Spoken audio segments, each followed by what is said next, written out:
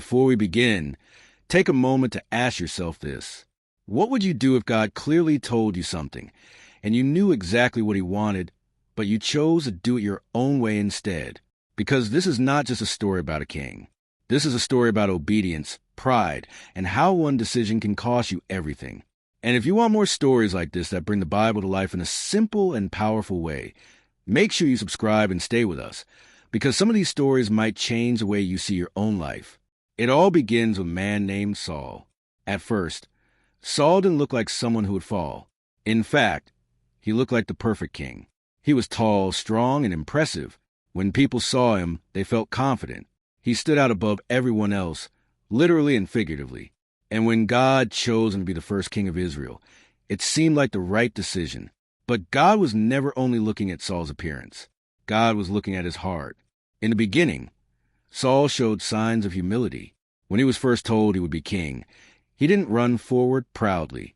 Instead, he hesitated. He even hid among the supplies when it was time to present him publicly.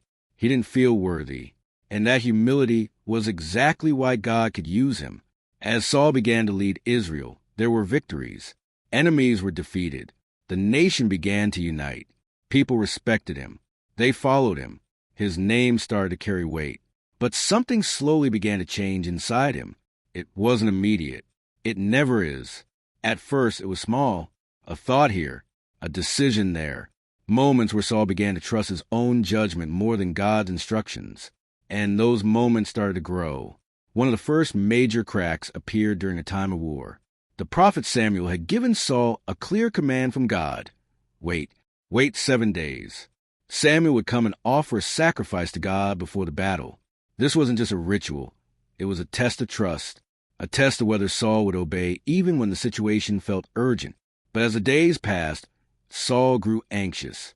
The soldiers began to scatter. Fear spread through the camp. And Samuel still hadn't arrived. Saul looked around and felt the pressure rising. What if we lose the army? What if the enemy attacks now? What if waiting costs us everything? So he made a decision that seemed logical, a decision that many people today would probably understand. He took matters into his own hands. Saul offered to sacrifice himself. The problem? He wasn't supposed to. That role belonged to the prophet, not the king. And just as Saul finished, Samuel arrived. You can almost feel the tension in that moment. Samuel looked at Saul and asked a simple question. What have you done? Saul immediately began to explain himself. I saw the men scattering. You didn't come, the enemy was gathering, so I forced myself to offer sacrifice. Notice that phrase. I forced myself. But the truth is, he didn't. He chose to. Samuel's response was direct and devastating. You have done a foolish thing. You have not kept the command the Lord your God gave you. And then came the consequence. Your kingdom will not endure. That was the moment everything began to unravel. Saul was still king. He still wore the crown. But something had shifted. God had seen his heart, and it wasn't fully surrendered. Time passed, and Saul continued to lead. But the pattern remained. Moments where obedience was replaced with personal judgment. Moments where partial obedience looked like success, but wasn't. Then came the command that would define everything. God gave Saul a clear and specific instruction through Samuel. Go and completely destroy the Amalekites. Everything. Not some of it. Not most of it. Everything. This wasn't random. The Amalekites had been enemies of Israel for generations. This was an act of judgment long delayed.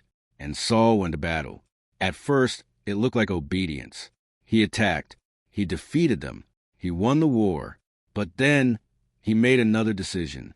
He spared the king. And he kept the best of the animals. On the surface, it didn't seem terrible. After all, the enemy was defeated. Victory had been achieved. But God doesn't measure obedience by results. He measures it by faithfulness. When Samuel came again, Saul greeted him confidently. I have carried out the Lord's instructions, he said. But in the background there was a sound. The bleating of sheep. The lowing of cattle. Samuel didn't need to ask long. What then is this sound I hear? Saul tried to explain again. The soldiers brought them. They spared the best to sacrifice to the Lord your God. It sounded spiritual. It sounded reasonable. It even sounded good, but it wasn't obedience. And Samuel spoke words that echo through time. To obey is better than sacrifice. In other words, God doesn't want your version of obedience. He wants your obedience. Then Samuel said something even more serious. Because you have rejected the word of the Lord, he has rejected you as king. This was no longer just a warning. This was final. And for the first time, Saul realized the weight of what he had done. He admitted it. I have sinned. But even in that moment, something was still off.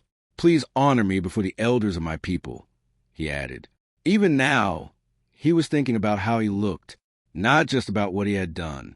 And that revealed the deeper issue. Saul's heart had shifted. He started as a man who feared God, but he became a man who feared people. And that changes everything. From that moment on, the Spirit of the Lord departed from Saul, and a new king was already being prepared, a young shepherd named David.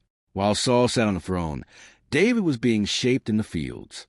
While Saul struggled with insecurity and control, David was learning trust and dependence on God. The contrast couldn't have been clearer, and Saul could feel it. At first, David served him, played music to calm his troubled spirit, fought battles, won victories, earned respect. But instead of being grateful, Saul became jealous. The more David succeeded, the more threatened Saul felt, and that jealousy turned into something darker. Fear, then anger, then obsession. Saul, the king chosen by God, began chasing David like an enemy, trying to kill the very man who was loyal to him, trying to destroy what God had chosen next. And in doing so, he was only accelerating his own fall. There were moments, brief moments, where Saul seemed to recognize the truth. Moments where he said, "You are more righteous than I." Moments where he admitted David would become king. But those moments didn't last, because recognition without change changes nothing. Saul continued down the same path, further and further from God, further and further from peace, until one day, everything collapsed. Israel went to battle again, but this time, something was different. God was silent. Saul tried to seek him, but there was no answer, no guidance, no direction. And in desperation, Saul did something unthinkable. He went to meet him, a forbidden act, a final act of disobedience. He asked for guidance from a source God had clearly forbidden, and the message he received was chilling. You and your sons will be with me tomorrow. The next day, the battle came, and it was a disaster. Israel was defeated. Saul's sons were killed, and Saul himself, wounded and surrounded, made one final decision. The battlefield roared around him, but to Saul, everything had gone strangely quiet. The clash of swords, the cries of soldiers, the thunder of footsteps, it all faded into a distant echo, like a storm heard from far away. Dust filled the air. The smell of iron and sweat clung to the wind. And in the middle of it all, the king of Israel stood trembling. His armor was broken. His strength was gone. And for the first time since he had been crowned, Saul was completely alone. He leaned heavily on his spear, his breathing shallow, his body shaking from pain. Blood ran down his side where the arrows had struck him. His vision blurred as he looked across the battlefield. He saw his army scattering. He saw men dropping their weapons and running. He saw defeat. But worse than that, he felt something far deeper. Abandonment, not just by his soldiers, but by God. Because in that moment, Saul knew something he had been trying to ignore for a long time. God was no longer with him. He had once felt God's presence clearly. He had once been guided, strengthened, chosen. But now, silence. And that silence was louder than any battle. He turned to the young man beside him, his armor-bearer, who stood frozen in fear.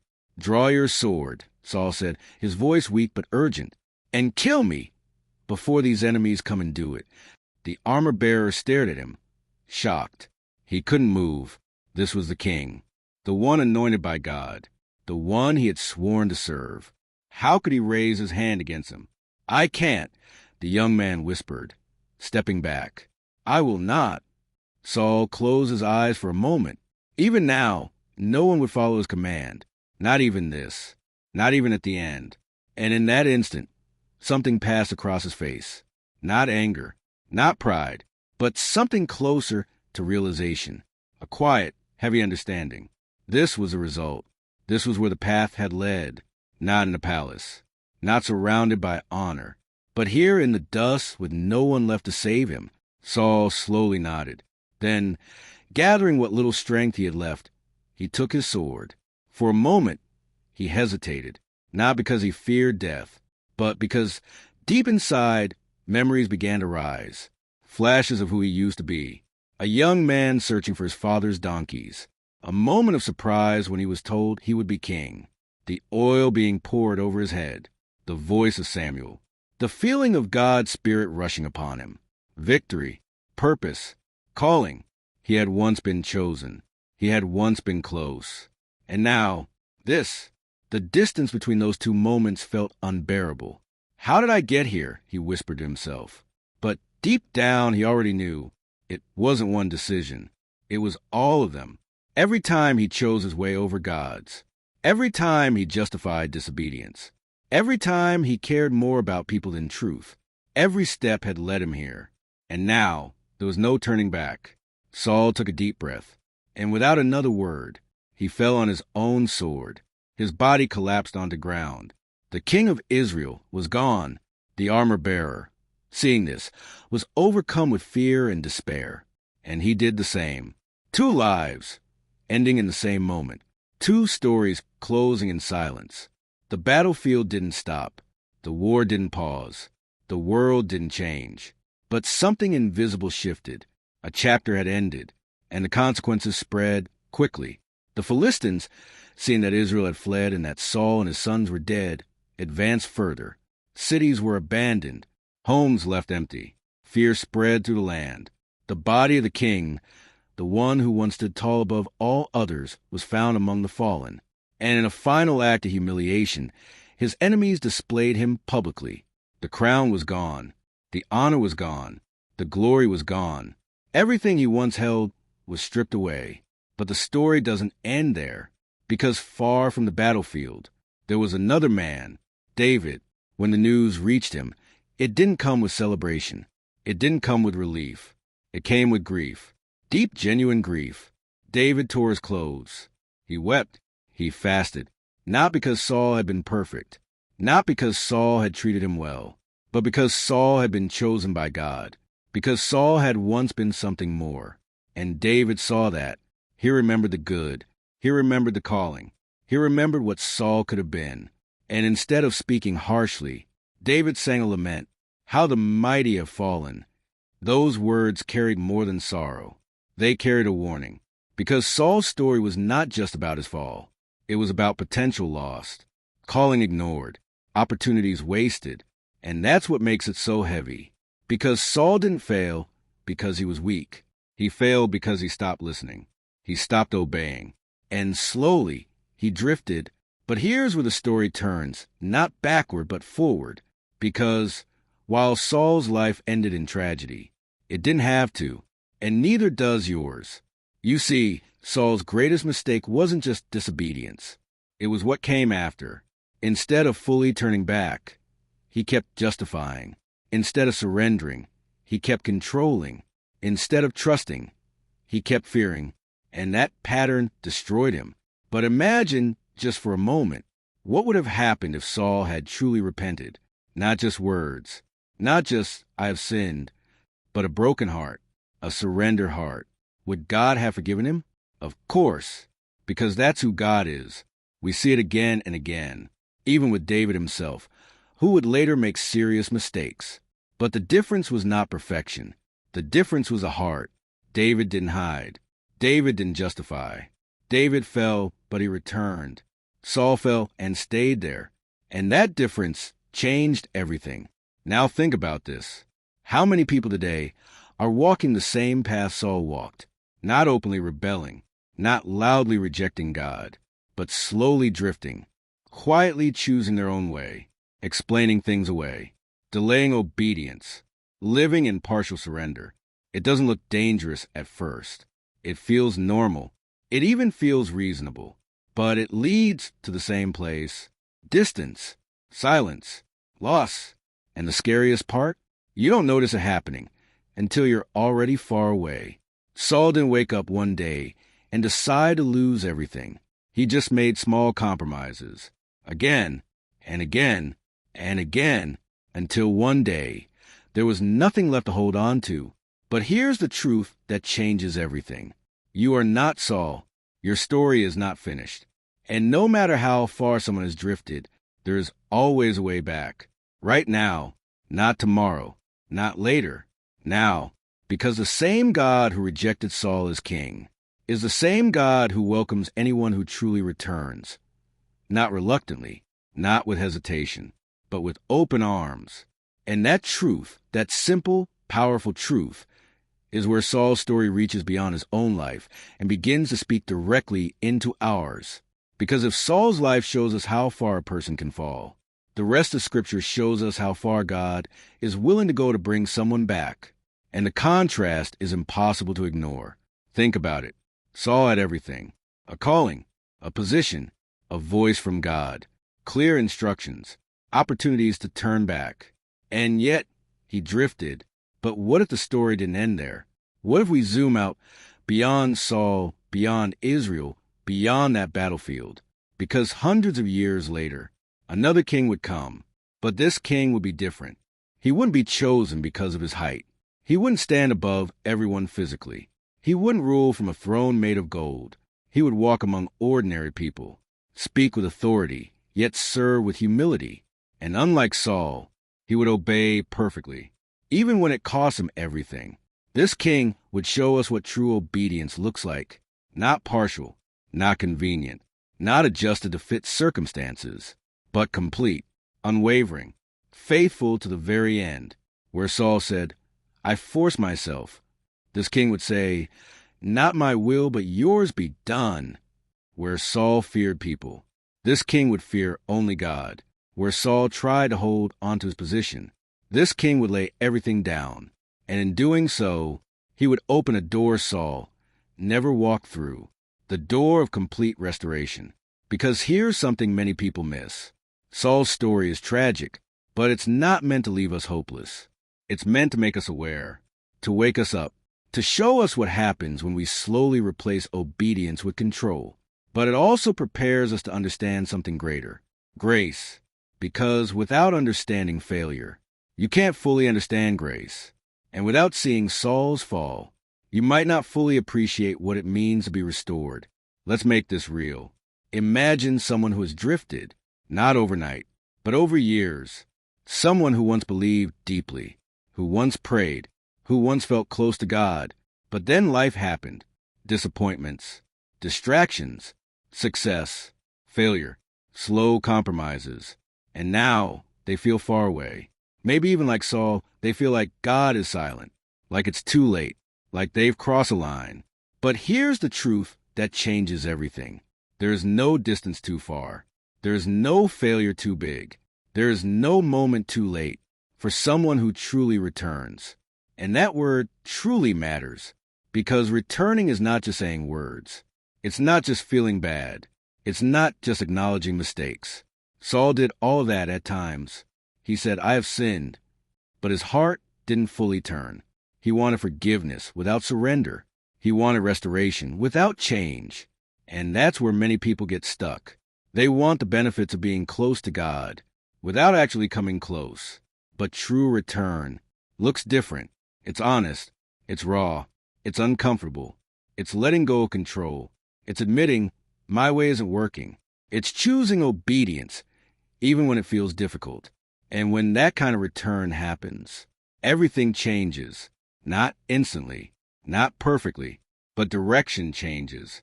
And direction determines destination. Now imagine something even deeper. What if Saul in his final moments had cried out differently, not just in fear, not just in desperation, but in surrender? What if instead of silence, there had been one last turning?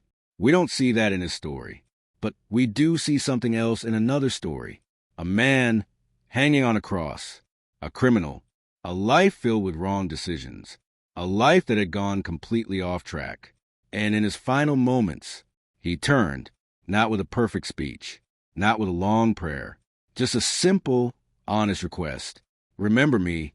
And in that moment, everything changed, because that's what grace does. It meets people exactly where they are, but it doesn't leave them there. Now bring this back to you, because this isn't just history. This isn't just theology. This is personal. Every single day, you are making decisions, small ones, big ones, moments where you choose to listen or ignore, to trust or control, to obey or adjust. And most of the time, it doesn't feel dramatic. There's no battlefield, no prophet standing in front of you, no voice from heaven shaking the ground, just quiet moments, choices that seem small. But those are the moments that shape everything. Saul didn't fall in one day. And you don't build your life in one day either. It's built step by step, choice by choice, direction by direction. And here's the powerful part. You can change direction at any moment. Right now, you don't have to wait. You don't have to fix everything first. You don't have to become perfect. You just have to turn, fully, honestly, without holding anything back. Because the same God who allowed Saul to experience the consequences of disobedience is the same God who offers restoration to anyone who returns, not because they deserve it, but because he is good. And that's what makes this story more than just a warning. It makes an opportunity, an invitation, a moment, right now, to pause, to reflect, to ask yourself, where am I drifting? Where am I holding on to control? Where am I partially obeying instead of fully surrendering? That question doesn't just sit on the surface. It goes deeper. Because if you're honest, really honest, there's usually an answer that comes almost immediately. Not loud, not dramatic, just quiet. A thought, a situation, a decision you've been avoiding, a place in your life where you already know the right thing, but you've been choosing something else. And the reason it feels uncomfortable is because truth has a way of finding you, even when you try to ignore it, even when you try to delay it, even when you convince yourself it's not that serious. Saul probably did the same thing. At first, it didn't feel like rebellion. It felt like pressure, like responsibility, like making the best decision in a difficult moment. And that's how partial obedience usually begins. Not with rebellion, but with reasoning. I'll just adjust this one thing. I'll obey, but not completely. I'll do what God said, but in a way that makes more sense to me. And the scary part is, it often looks good on the outside. Saul kept the best animals. For sacrifice, that sounded spiritual. It sounded honorable. It sounded like he was still honoring God. But underneath it was disobedience. And that's what makes this so dangerous. Because partial obedience can feel right. It can look right. It can even be praised by others. But it's still not what God asked for. And over time, that gap between what God said and what we do starts to grow. Slowly, quietly, until one day it's not small anymore. It becomes a pattern, a lifestyle, a direction. And that's when people begin to feel something Saul eventually felt. Distance. Not because God moved away, but because they did. Now here's something important. Partial obedience doesn't always come from bad intentions.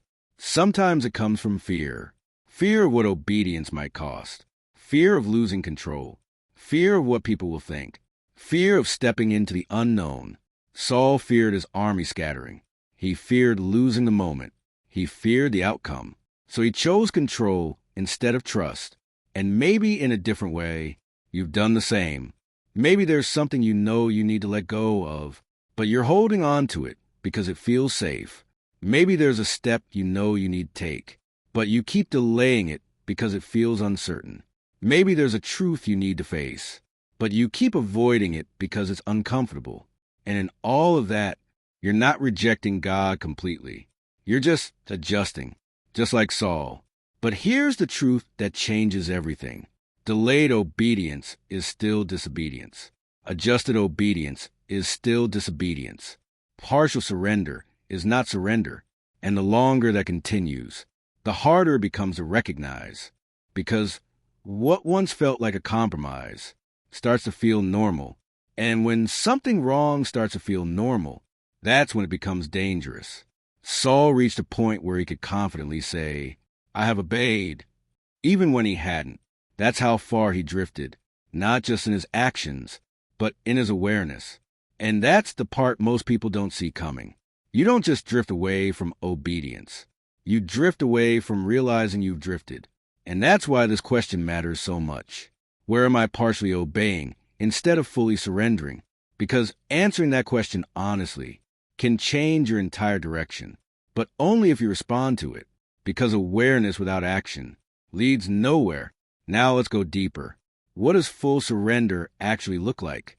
Because it's easy to say the word, but much harder to live it. Full surrender means this. You don't just follow God when it's convenient. You follow him when it's difficult. You don't just obey when it makes sense. You obey when it doesn't. You don't just trust when you see the outcome. You trust when you don't. That's the difference. And that's the part Saul struggled with. He wanted control. He wanted certainty. He wanted results.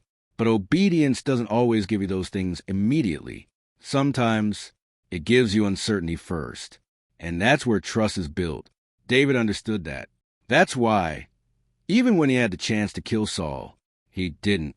Even when it would have solved his problems, he chose obedience. Because he trusted God's timing more than his own opportunity. That's surrender. And that's what separates the two. Not perfection, but posture. Saul's posture became control. David's posture remained surrender. And over time, that posture shaped their outcomes. Now imagine this in your own life. Two paths. They might look similar at first. Both involve belief. Both involve effort. Both involve trying to do the right thing. But one path includes compromise. The other includes surrender. One adjusts truth. The other aligns with it.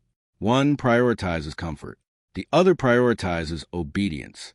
And at the beginning, they don't look that different. But over time, they lead to completely different places. One leads to clarity, peace, direction, growth. The other leads to confusion, distance, frustration, and eventually loss. Saul didn't intend to lose everything, but his path led there. David didn't start as a king, but his path led there. And it all came down to one thing: obedience. Now here's where this becomes real. Because this is not about being perfect. It's not about never making mistakes. It's not about getting everything right. It's about direction. Are you moving toward surrender or away from it? Because even if you've made mistakes, even if you've drifted, even if you've been partially obeying for a long time, you can change direction. Right now, not by trying harder, not by fixing everything at once, but by making one clear decision. I will stop adjusting and start surrendering. And that decision, even if it feels small, is powerful because it breaks the pattern. It interrupts the drift. It realigns your heart. And from there, everything can begin to change. Not instantly, but intentionally, step by step, choice by choice. Just like Saul drifted step by step, you can return step by step. But you have to choose it. And that's where most people hesitate. Because surrender feels like losing control. But in reality, it's where you finally find peace. Because control is exhausting. Try to manage everything. Try and predict everything. Try and protect everything. It drains you. But surrender releases that weight. It doesn't mean you stop acting. It means you stop carrying what was never yours to carry. And for the first time in a long time, you can finally breathe. Not because everything around you suddenly changes, but because something inside you does. The weight you've been holding on to, the pressure to control every outcome, to fix every situation, to hold everything together, begins to loosen. You realize something Saul never fully accepted. You were never meant to be the one in control of everything. You were meant to trust the one who is. And that shift changes everything. Because when you surrender, you stop fighting battles that were never yours to fight. You stop forcing doors that were never meant to open. You stop holding on to things that are slowly breaking you. And instead, you start walking in peace. Not perfect peace. Not a life without challenges. But a deeper kind of peace, one that doesn't depend on circumstances. A peace that comes from knowing you're finally aligned. Finally walking in the right direction. Finally letting go of what was weighing you down. And here's the beautiful part. When you stop carrying what was never yours to carry, you create space for something greater. Clarity, purpose, strength, direction, things that were always there, but you couldn't fully see because you were too busy trying to control everything. Saul spent his life trying to hold on to a kingdom. David spent his life learning how to trust God with one. And in the end, one lost everything trying to keep it. The other gained everything by surrendering it. That's the difference. And now, that choice is in front of you, not in a dramatic moment, not on a battlefield, but right here, in your everyday life, in your decisions, in your thoughts, in the quiet places no one else sees. You don't have to keep carrying it all. You don't have to keep forcing your way. You don't have to keep living in that tension. You can let go. You can trust. You can surrender. And when you do, you won't lose your life. You'll finally find it. So take that step, even if it feels small, even if it feels uncertain, because it's not about having all the answers. It's about choosing the right direction. And that one decision can change everything. If this message spoke to you, write in the comments, I choose surrender. And don't stop there. Subscribe for more stories that bring you closer to God and help you grow stronger in your faith, because your story isn't over, and your best chapter might be the one that starts today.